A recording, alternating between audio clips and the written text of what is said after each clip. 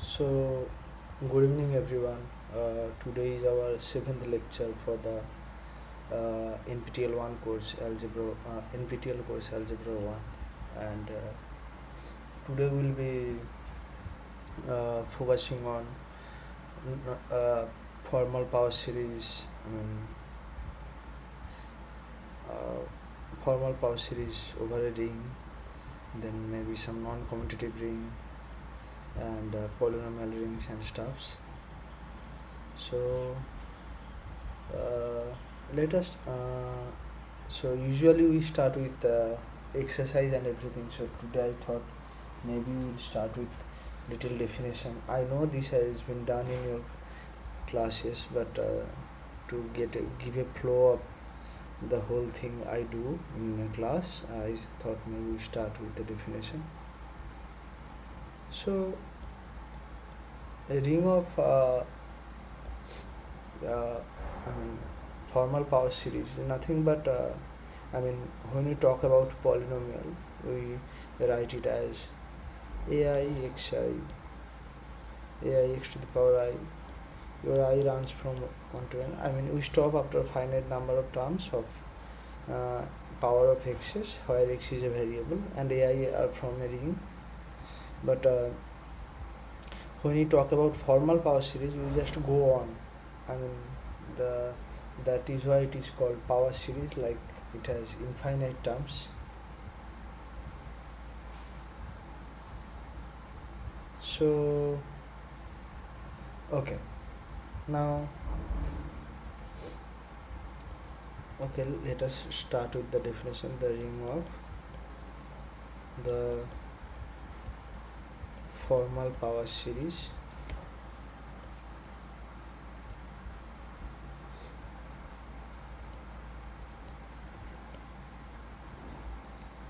so the ring of formal power series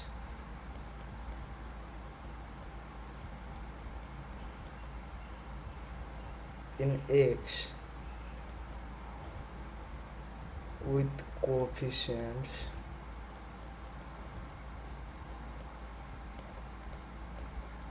in R is denoted by, where R is a ring, is denoted by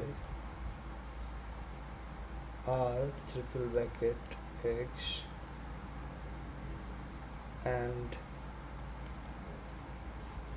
is defined as follows.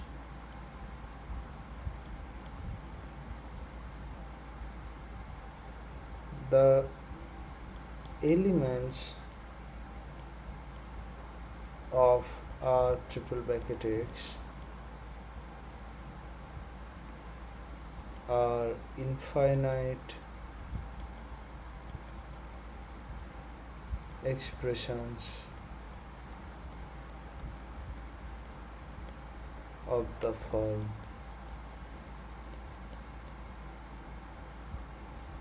fx equals to a0 plus a1x plus a2x square anxn, and also we go up to infinity, in which your ai are coming from R for all I belongs to n. So addition and multiplication also you can define uh, naturally as as this comes to one's mind. And also you can see that the ring of uh, the polynomial ring is a subset of the ring of formal power series, right? Because all the finite terms are also there. And yeah, so uh, so before going further, let us do one small problem, question.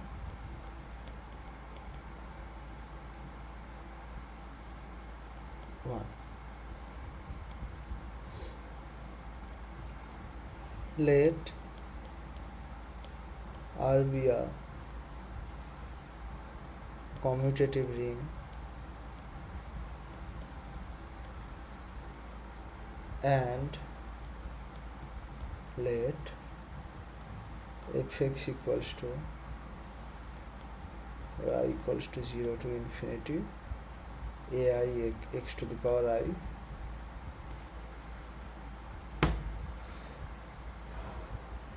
be a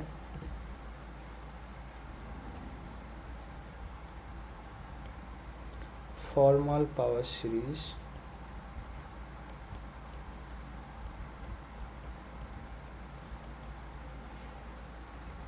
in Rx. Then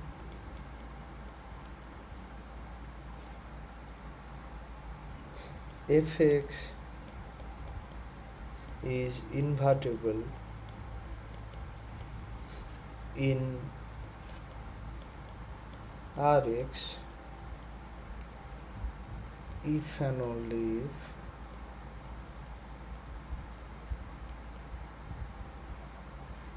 A0 is invertible in R. So this is quite interesting, right? Because it says that an infinite series is invertible if and only if its first term, that is the term where the power of x is 0, that term is invertible in R. So it gives you a sense that if you start with a field and if your R is a field, then you see that every A0 is invertible, then you will see that every polynomial is invertible there, right? So that is quite interesting. So let us prove this. The proof is, it's quite simple. So proof.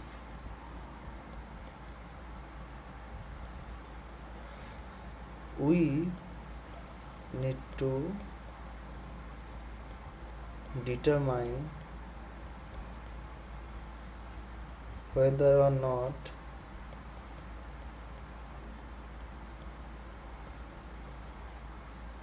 there exists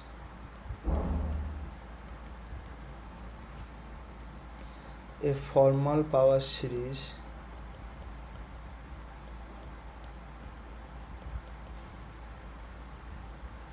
gx to 0 to infinity bj x to the power j in the ring of formal power series, such that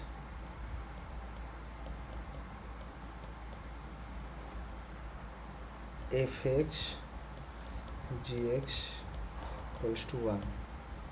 So what I'm trying to say is that if it is given that your A0 is invertible, then we have to find a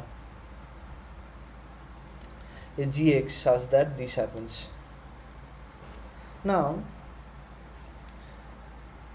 if you expand this product, expanding this product,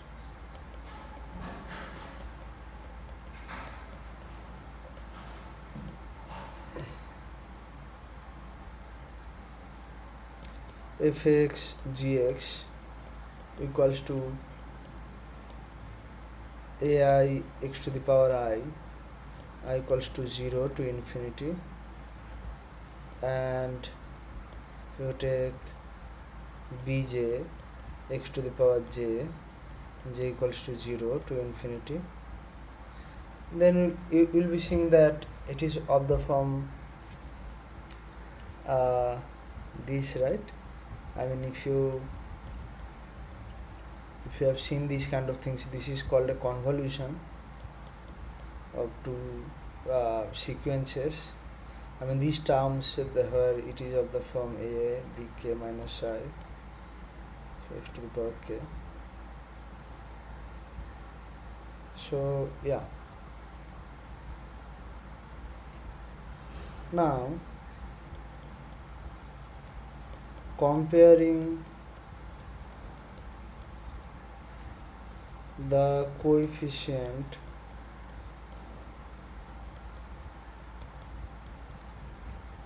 of x to the power k on both sides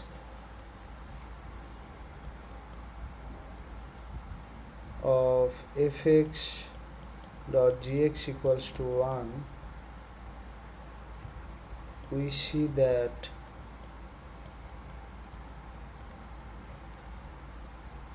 gx satisfies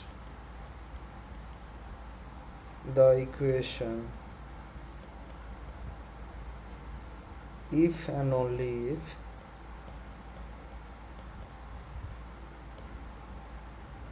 a0 b0 equals to 1 and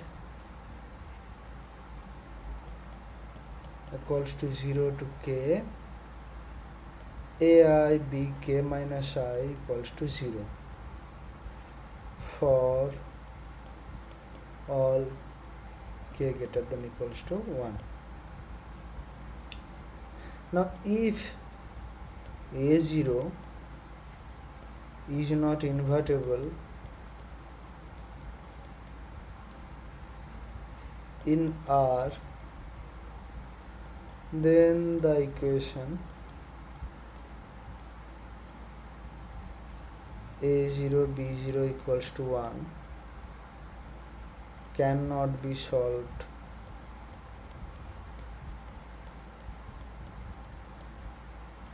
for b0, so that gx does not exist and fx is not invertible in Rx.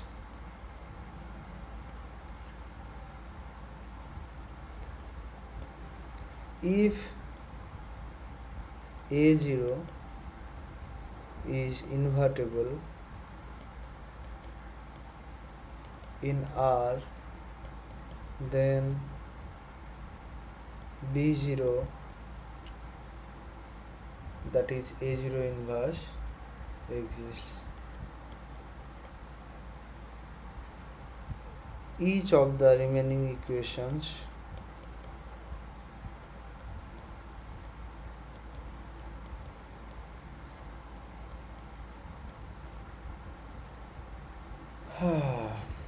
say for k greater than equals to 1 can be rewritten as a0 bk equals to minus of I of k ai b k minus I, or if you multiply both sides by b0, then you will be seeing that bk minus of b0, that is ai bk minus I. So these equations can be solved by induction on k greater than equals to 1, yielding a solution for gx which gives the multiplicative inverse of gx. Therefore, write these equations can be solved by induction on k greater than equals to 1, yielding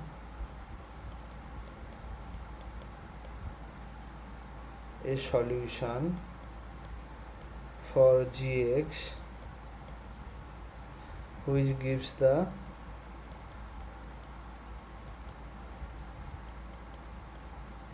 multiplicative inverse of fx. So fx is invertible in Rx.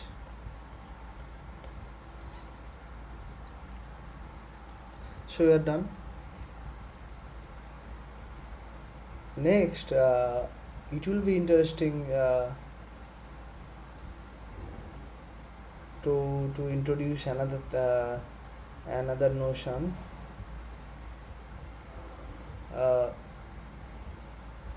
I mean, because we are learning formal power series, so it is uh, absolutely important that we learn what is called formal Lorentz series, where your powers of x can be negative also. I thought it will be interesting to know. So let us start with the definition. The ring of formal Lorentz series. So this is called like this.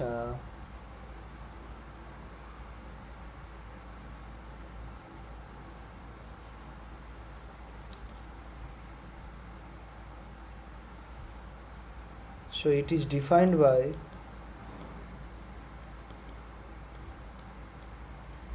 R x, this first bracket x, and is defined as follows.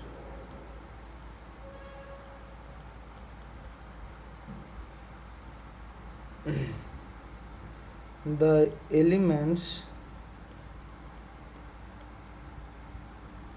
of R first bracket x are infinite expressions of the form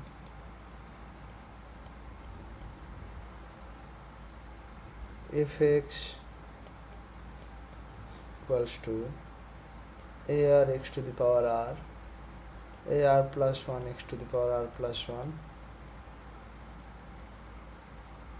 of this form, and it is going up to infinity. The interesting fact is that here r belongs to z. So if you take r to be minus 5, then you see that your power series started from a minus 5 x to the power minus 5. So it will be, so if r equals to minus 5, then your fx would be a minus 5 x to the power minus 5, a minus 4 x to the power minus 4, like this, and it will be a0 and a1 x plus, like. So I'm sure you have seen these terms in complex analysis, or if not you will see. So this is important for those purposes also, like I mean, if you do your research in complex analysis, then you might have to work with this ring. And obviously ar belongs to r. So again here you can define your multiplication and addition, and there is a zero element. So obviously you can show that it is a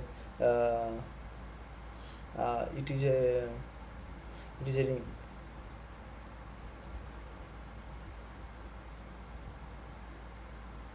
So one thing to remark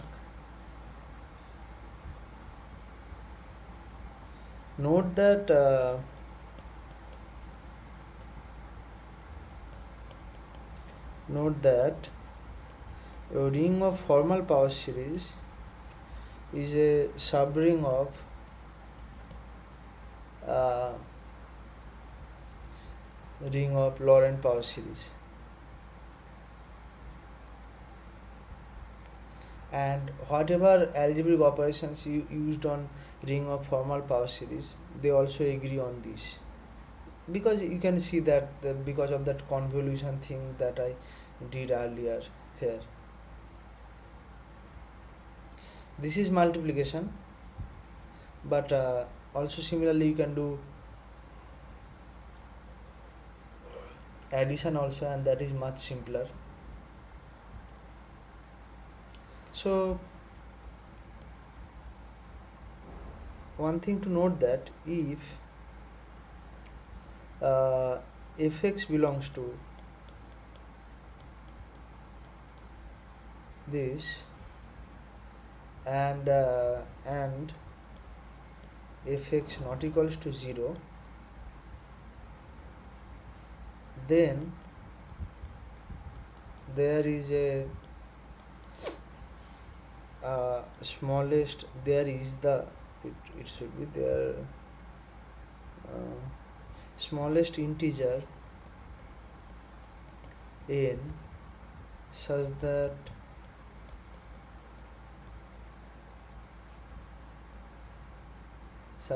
I would say uh,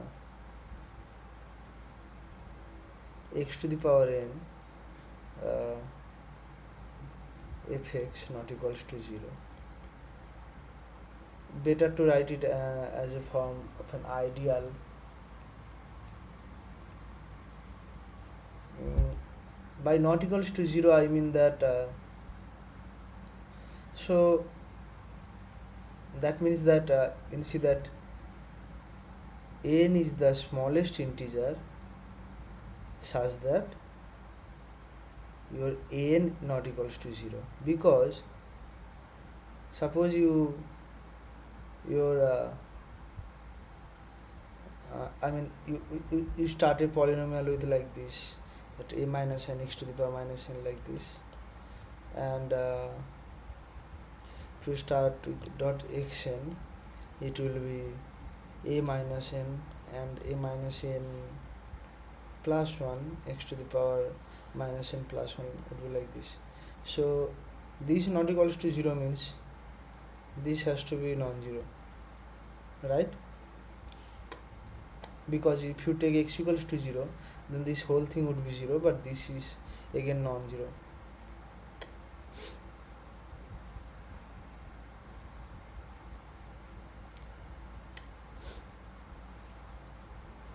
So this is called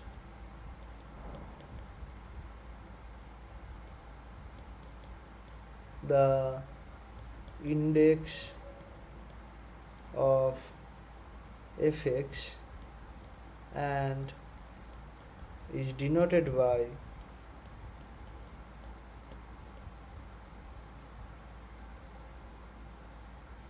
if.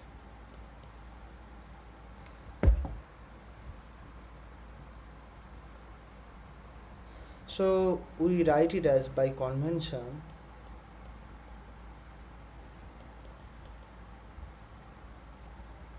the index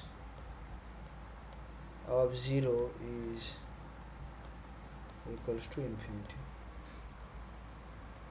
Now we again solve another question. That is why I was doing this till now, telling you these facts. Let R be a commutative ring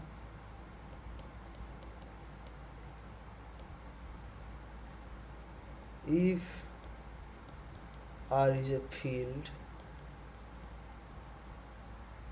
then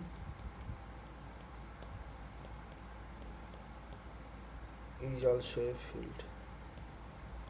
Okay, you think this for 5 minutes, and we will start doing this from 6:30.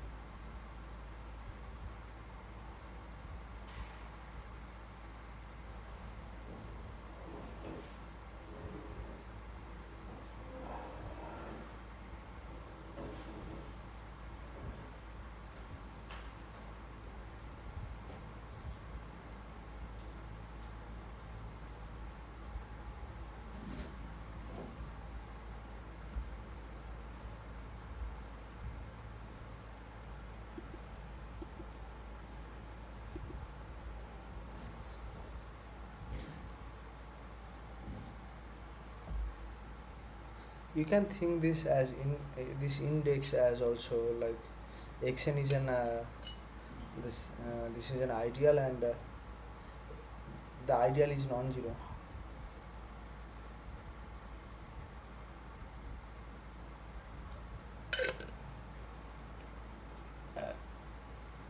So it can be possible that if you take your uh, fx to be a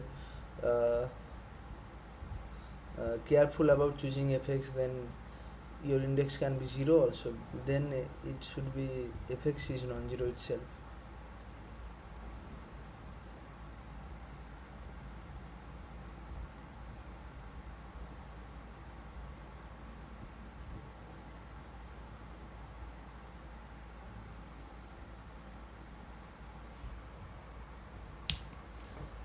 Okay.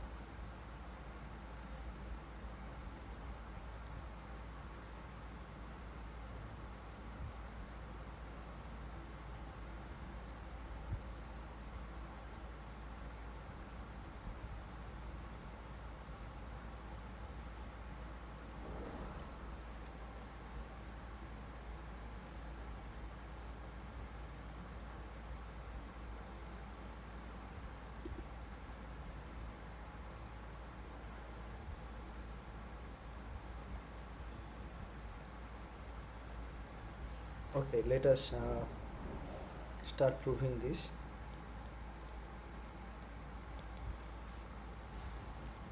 Consider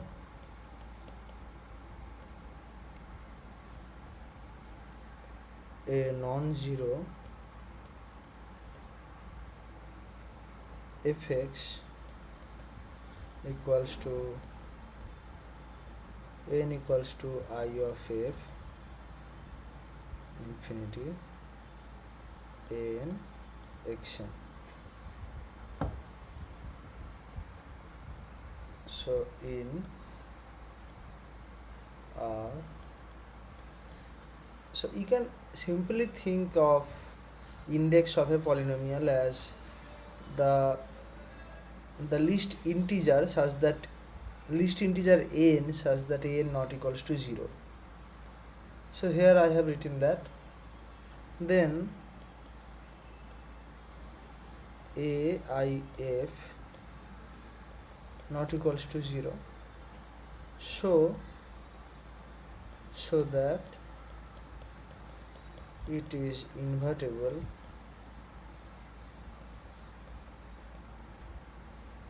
in R, since R is a field, right? So that is what we did in the previous question. Now we may write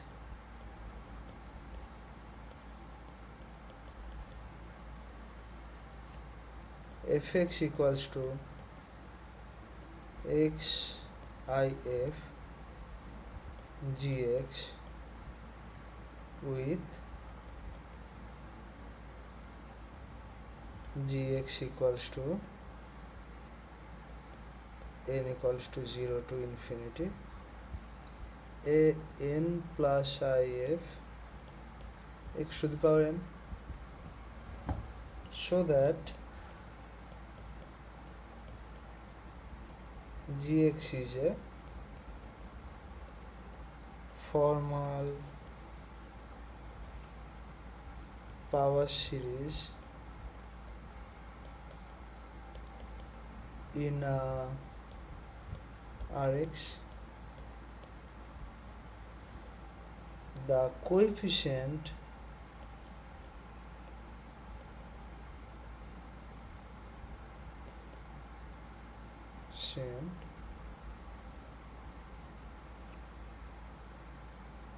of x to the power 0 in Gx is AIF, that is n, and by previous problem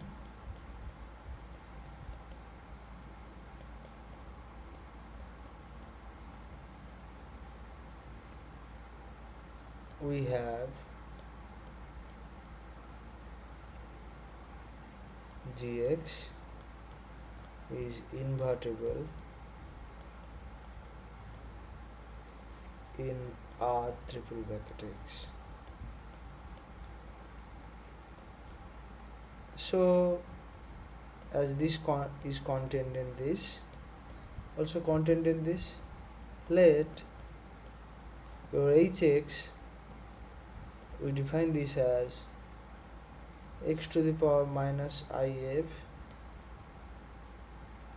G inverse x. Then we have that fx hx equals to x to the power if gx x to the power minus if G inverse x as 1, so that hx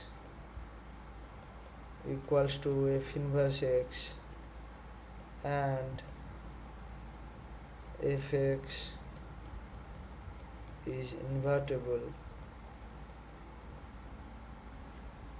in R first bracket x. Therefore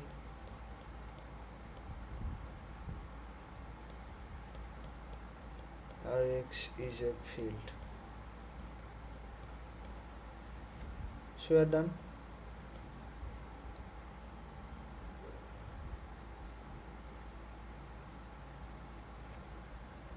Now let us do some example, right? So we have already seen that which the definition, some um,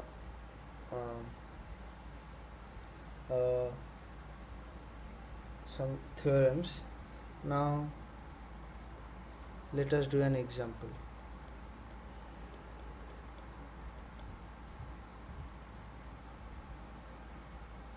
So this is called the binomial series.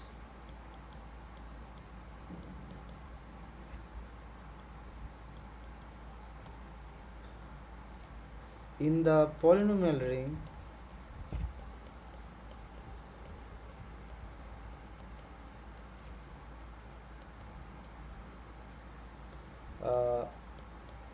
the ring of rational numbers, we define the polynomials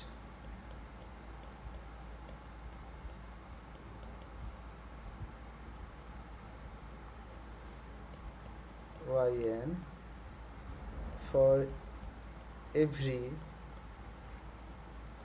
truth n by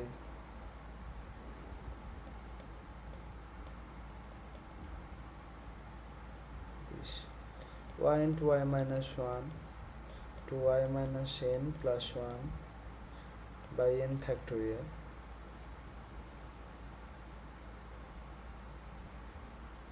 So now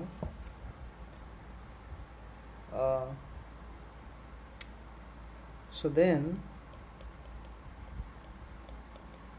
it is defined in the qy a formal power series of x to be 1 plus x to the power y should be, and believe me, this is quite famous equation in number theory. So I mean, notice that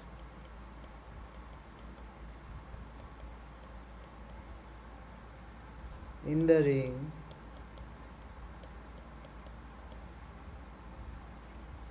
q y z x we have the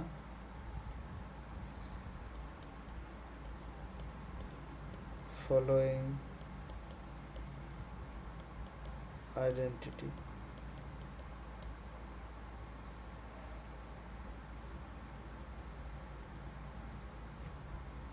One plus x y plus z, it is can be written as to 0 to infinity y plus z and x to the power n, then 0 to infinity j goes to 0 to n yj and z n minus j over x to the power n. And this can be written as j equals to 0 to infinity yj to the power j, and also k goes to 0 to infinity zk x to the power k. So this will give us to the power y 1 plus x to the power z. So in this calculation we have used, you can see the convolution formula and this. So yeah,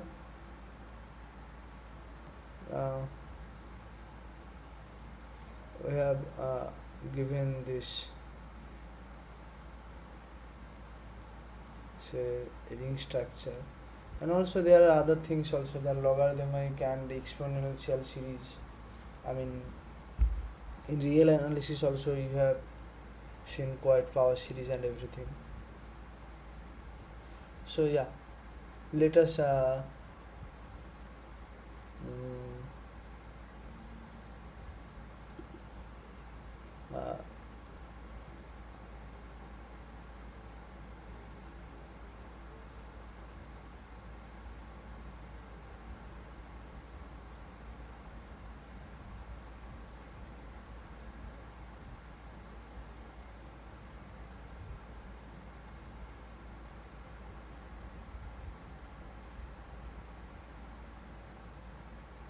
okay, let us prove another result, then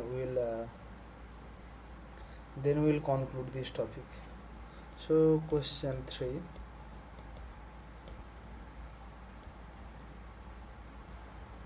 prove that if F is a field, then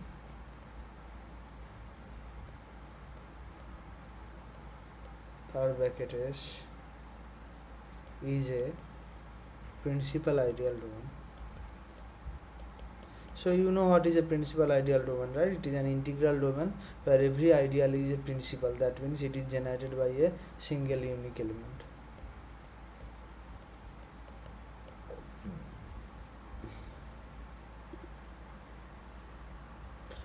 Okay, you can think this for 5 minutes, then we'll be doing this from 6:46, 47.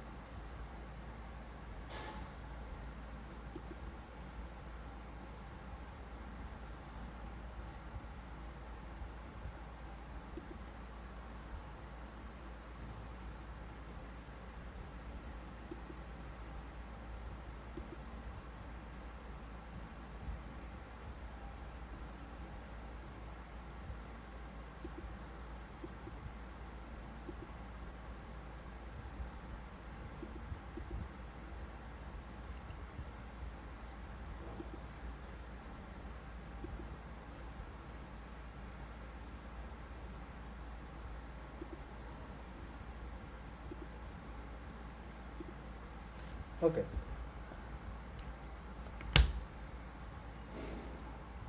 so let us prove this.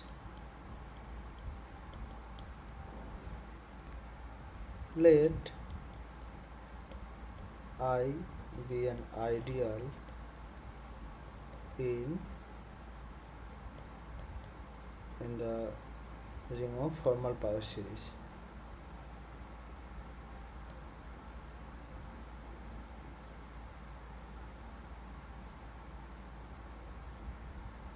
The ideal containing the ideal containing only the zero element is principal. So it is enough to check for the non-zero ideals. So let us assume that I contains at least one non-zero element.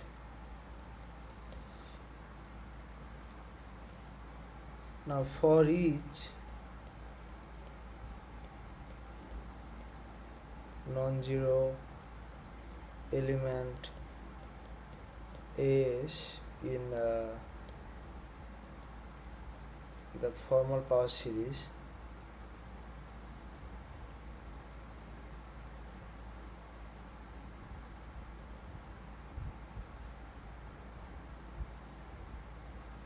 there exists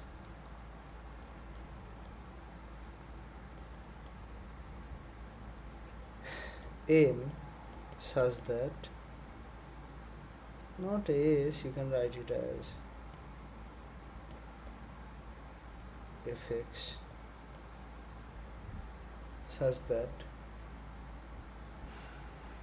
M not equals to 0. I mean, this is your index, right? And n equals to 0 for all m, that is index of x is m.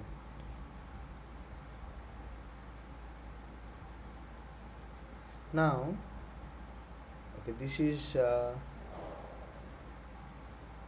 let m be the minimal such index over all the non-zero elements of this. Therefore, there exists some series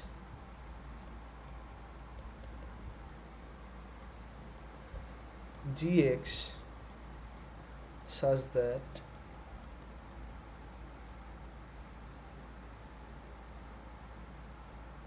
n equals to 0 for all n less than n, and let it write it as fx.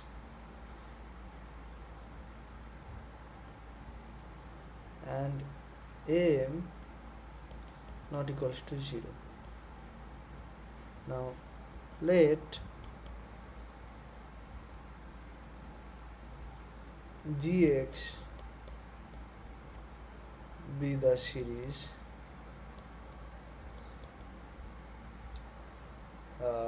your am plus 1x, then by construction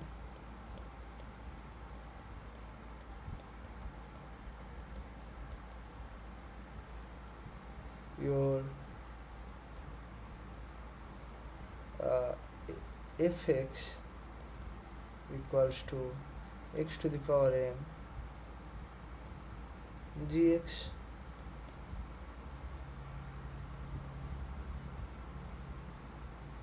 Since gx has a non-zero constant term,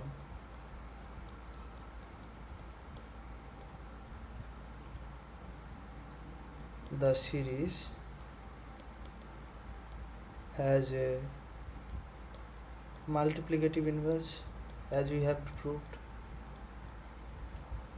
1 by gx.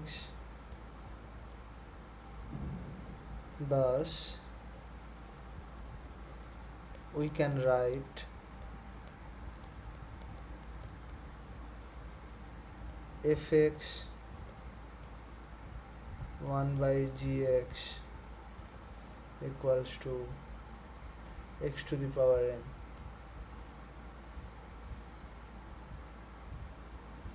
So we can see that x to the power n belongs to the ideal. Thus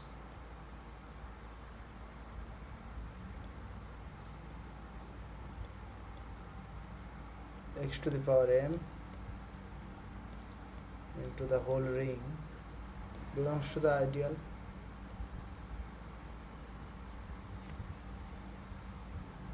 Also, each element of I has zeros for coefficients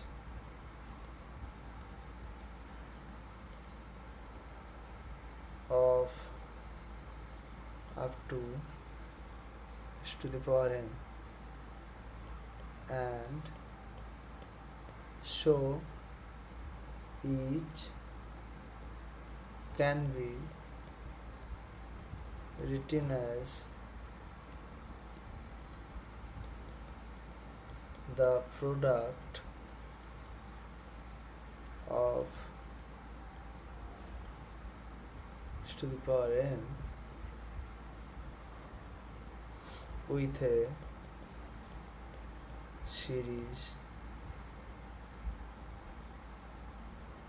in f(x), implying your I belongs to x to the power n if x.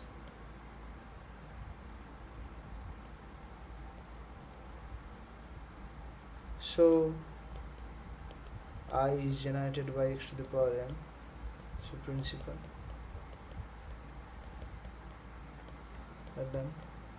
Also you have to replace s with x. I don't know why I have been writing this.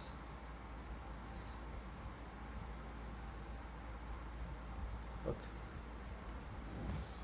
So let us conclude this ring of formal power series for today, and please let me know if you have any doubt in the emails.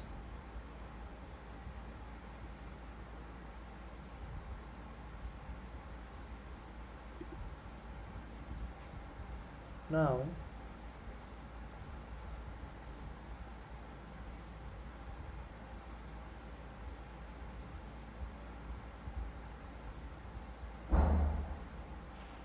since we are doing ring homomorphism, let us solve some ring homomorphism problems.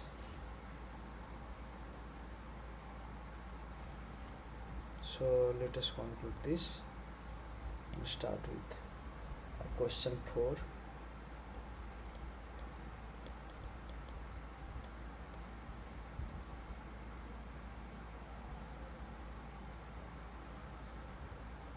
If R is a ring with unit element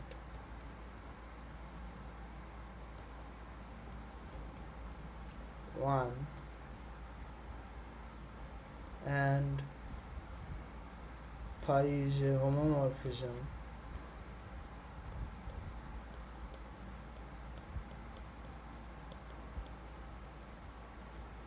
of r into r dashed. Prove that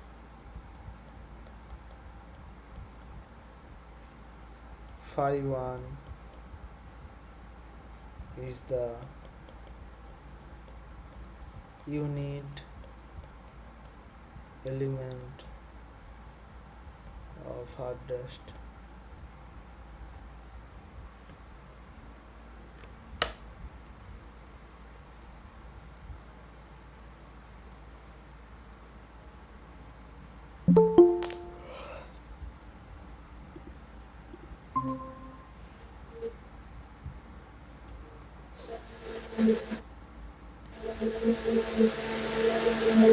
So let us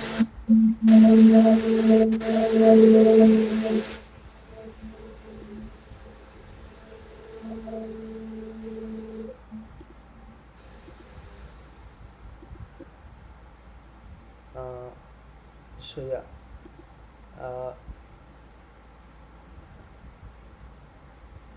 let us prove this. Let 0 bar represent the additive identity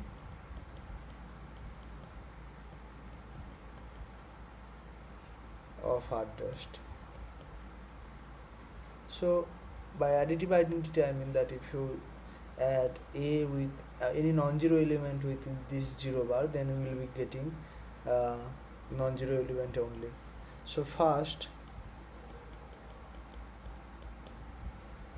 we claim that your phi of 1 cannot be 0. Phi. Now this is okay, let us prove this by contradiction. Suppose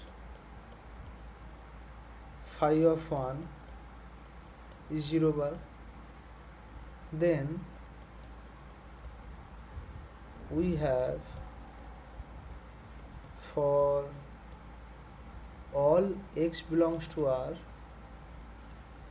phi of x equals to phi of x dot 1, and it will be phi of x into phi of 1, but it will be phi of x into 0 bar, so 0 bar. But that would simply imply that your morphism is 0. That is, but that means I of phi is to R, which is not the case.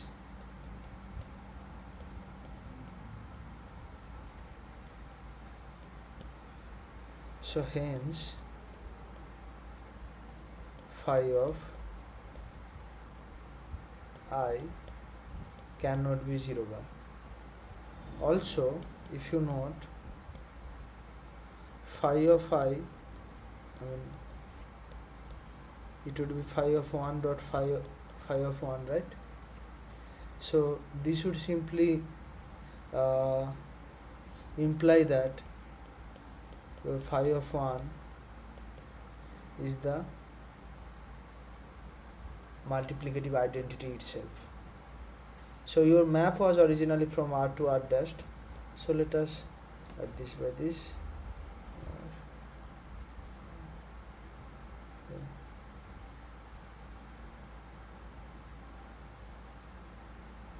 Yeah, this is better.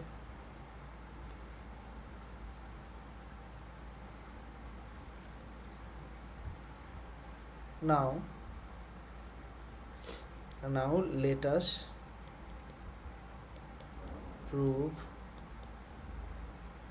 by contradiction the rest of the theorem.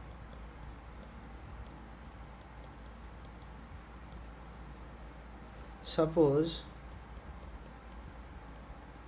there exists some y bar belongs to R dash such that your y bar into phi of 1 belongs to y bar. So let us prove this by contradiction. So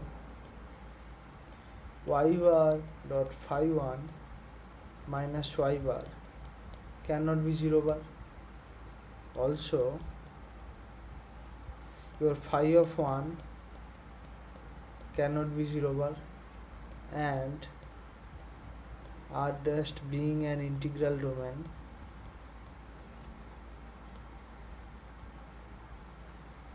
so y bar phi of 1 minus y bar into phi of 1 is to 0, but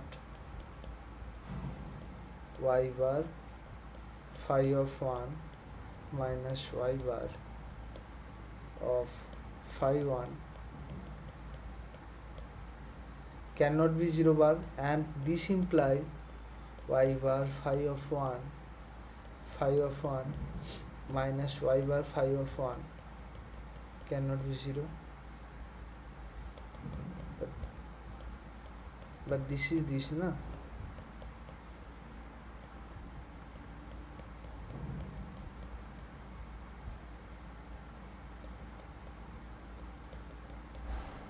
So which is a contradiction. So hence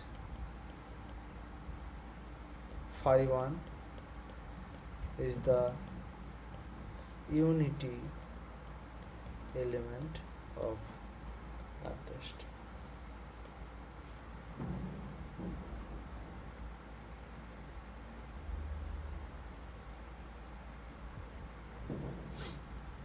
Okay, so you have been doing some non-commutative algebra, so I thought since for the last hour we have done formal power series and stuff, and also learned some basic fact about ring homomorphism.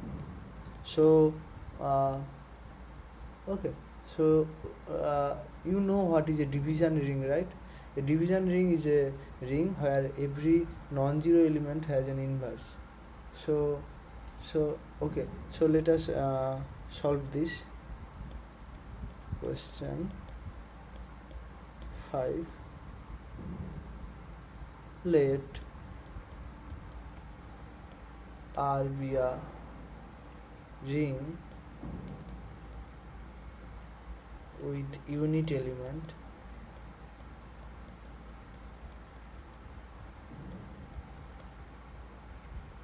R is not necessarily commutative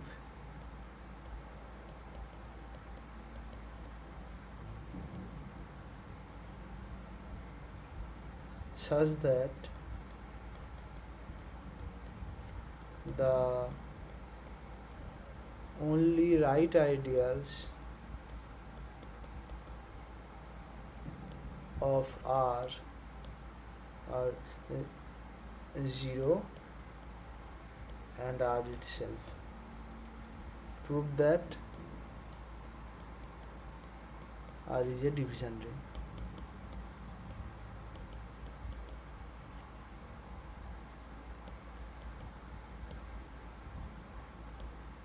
Okay, so try this for 5 minutes and we will meet at 7:10.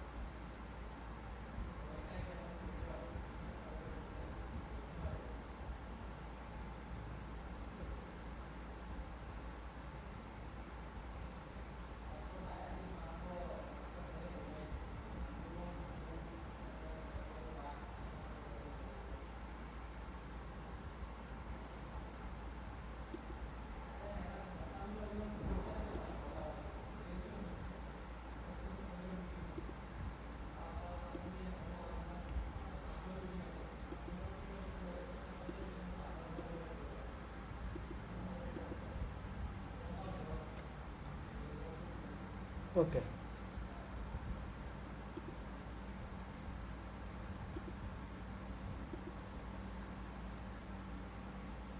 Okay, let us do this. Uh,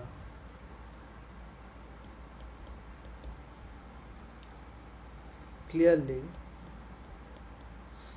your ring has to be non-zero, right? As this ring has multiplicative identity, therefore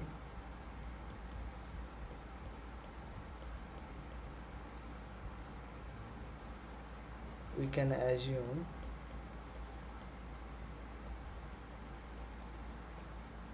sum belongs to R with a not equals to 0. Now consider R equals to small r to capital R. We can easily prove that small a capital R is a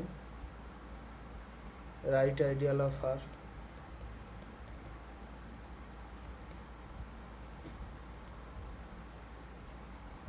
Also, it is given that only 0 and R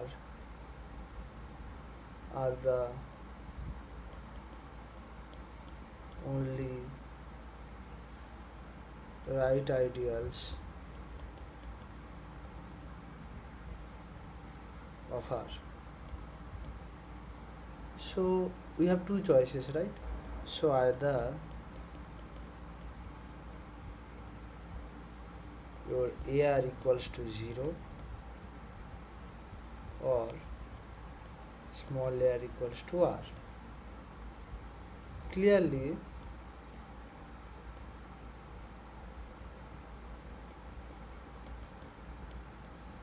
this choice is not possible.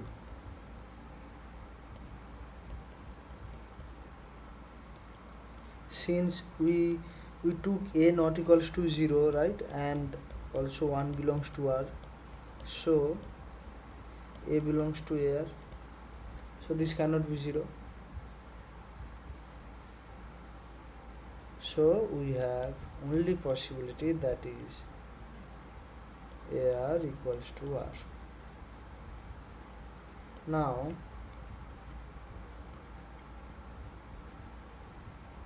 one belongs to R, so for some a dash belong to R, we have a dash equals to 1. But that means a dash, the inverse element of A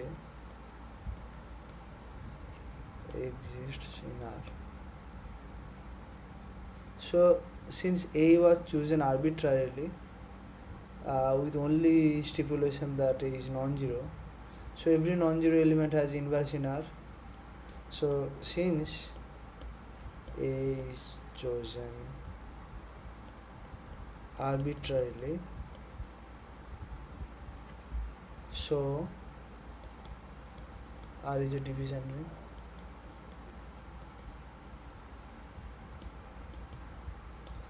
Now, so we have completed the proof. Now let us do 2 or 3 more problems and call this a night.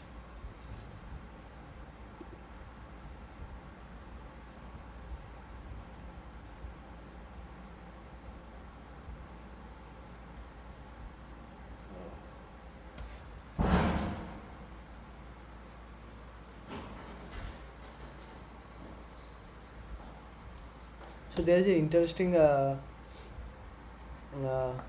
ring that is. Let us start this. So do you know what is a ring of Gaussian integers? That is the elements of the form a plus bi, where a and b are coming from z, and you already know what is I is. I is just root of -1. So what we have to do is that question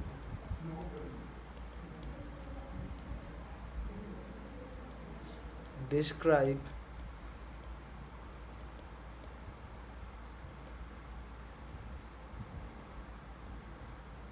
describe the group of units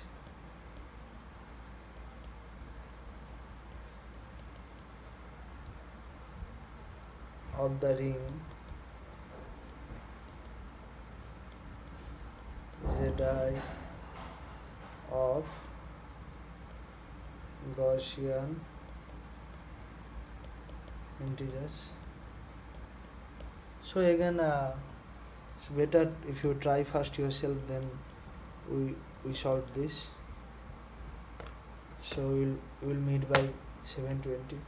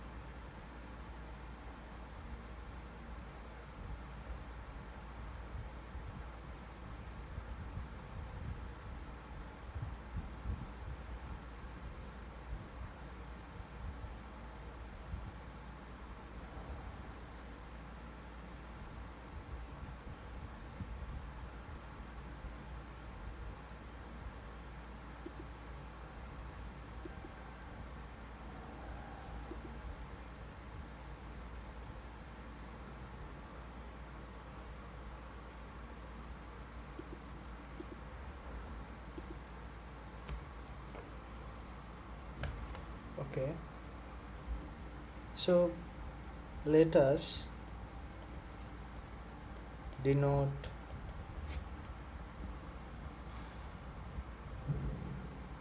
by nm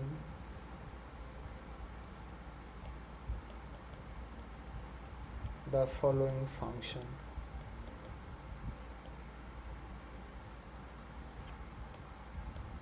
nm zi to z by uh, suppose if any element you take from here should be z into z star, and your z star is a minus bi, and z equals to a plus bi.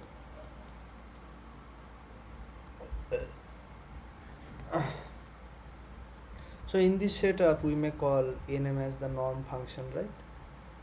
Yeah. So it is easy to see that nm of zw equals to nm of z into nm of w. If v is a multiplicative inverse of u in zi, then it's to nm of 1 nm of uv is to nm of u nm of v. Hence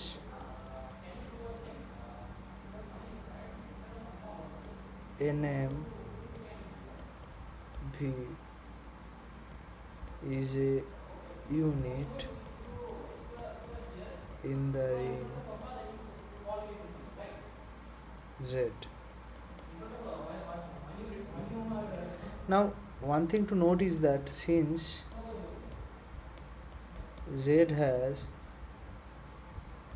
only two units, 1 and minus 1, we conclude that for every unit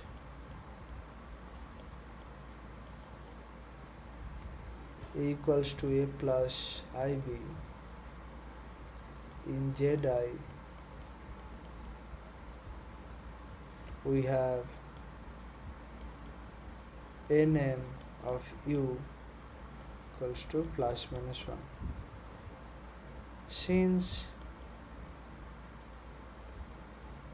nm of a plus bi equals to a square plus b square cannot be negative,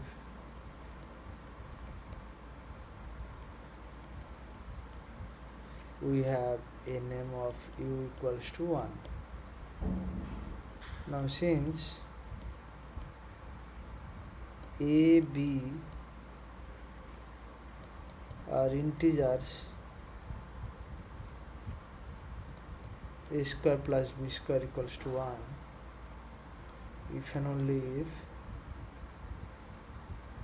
a, b belongs to, I mean it has to be one of these four pairs, right? 1, 0, minus 1, 0, 0, 1 and 0, minus 1, right?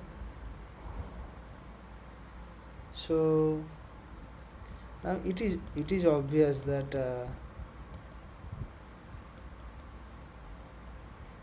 1 minus 1 I and minus I are units. Thus the group of units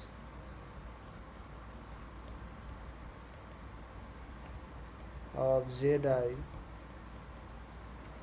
is 1 minus 1 I n minus I. Since I has order 4, we conclude z of I star is a cyclic group of order 4 gen by I.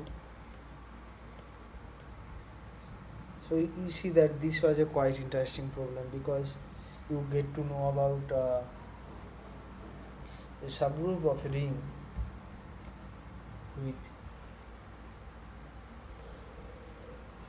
which is also cyclic.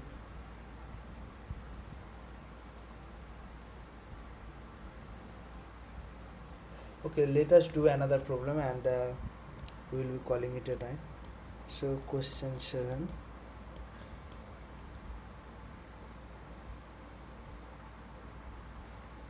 Give an example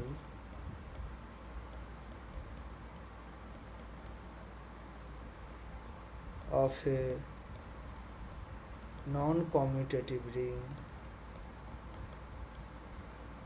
R and non-zero elements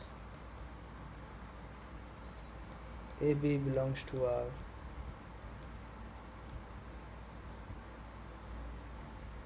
Such that A not equals to B and AB equals to 0. In the same ring,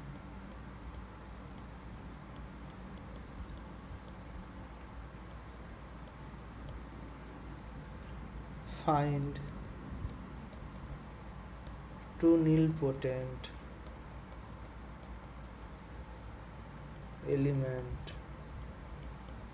RT such that neither R plus T nor R dot T is nilpotent. Since this is a calculative problem, I'll suggest you to do this by hand and let me know. So I will take a break and we'll meet by 7:40.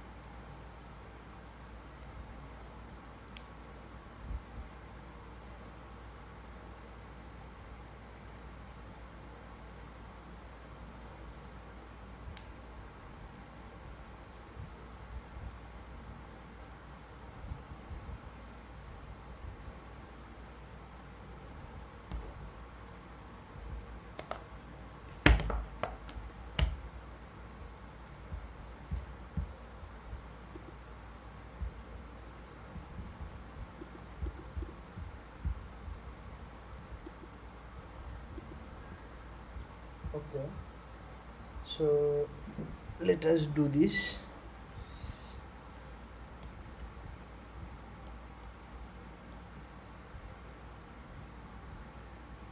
Let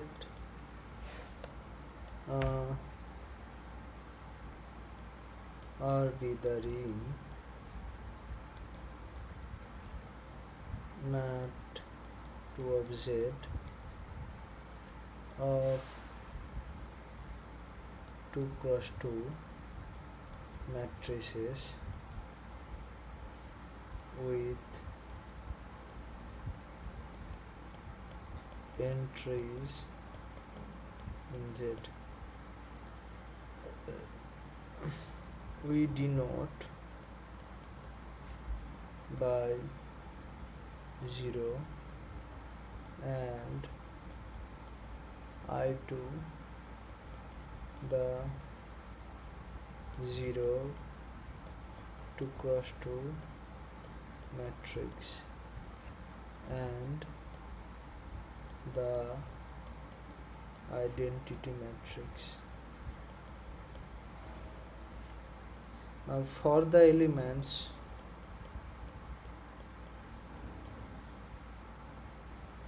A equals to 0 1 0 0 and 2 1 0 0 0, we clearly have A dot B equals to 0 1. Now setting dot equals to 0 1 0 0, D bar equals to 0 0 1 0,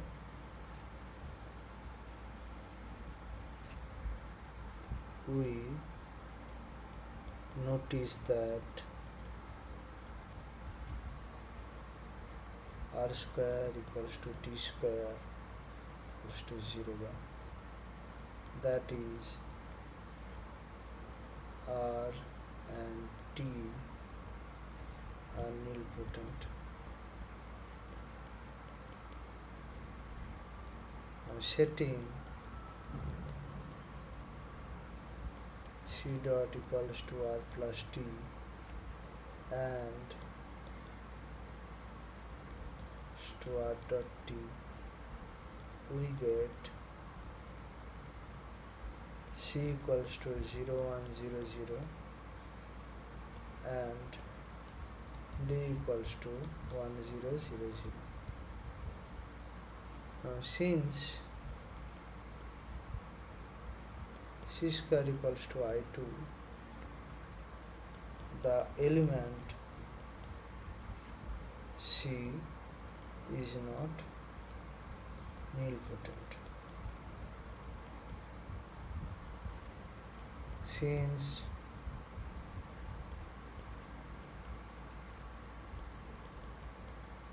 this, for every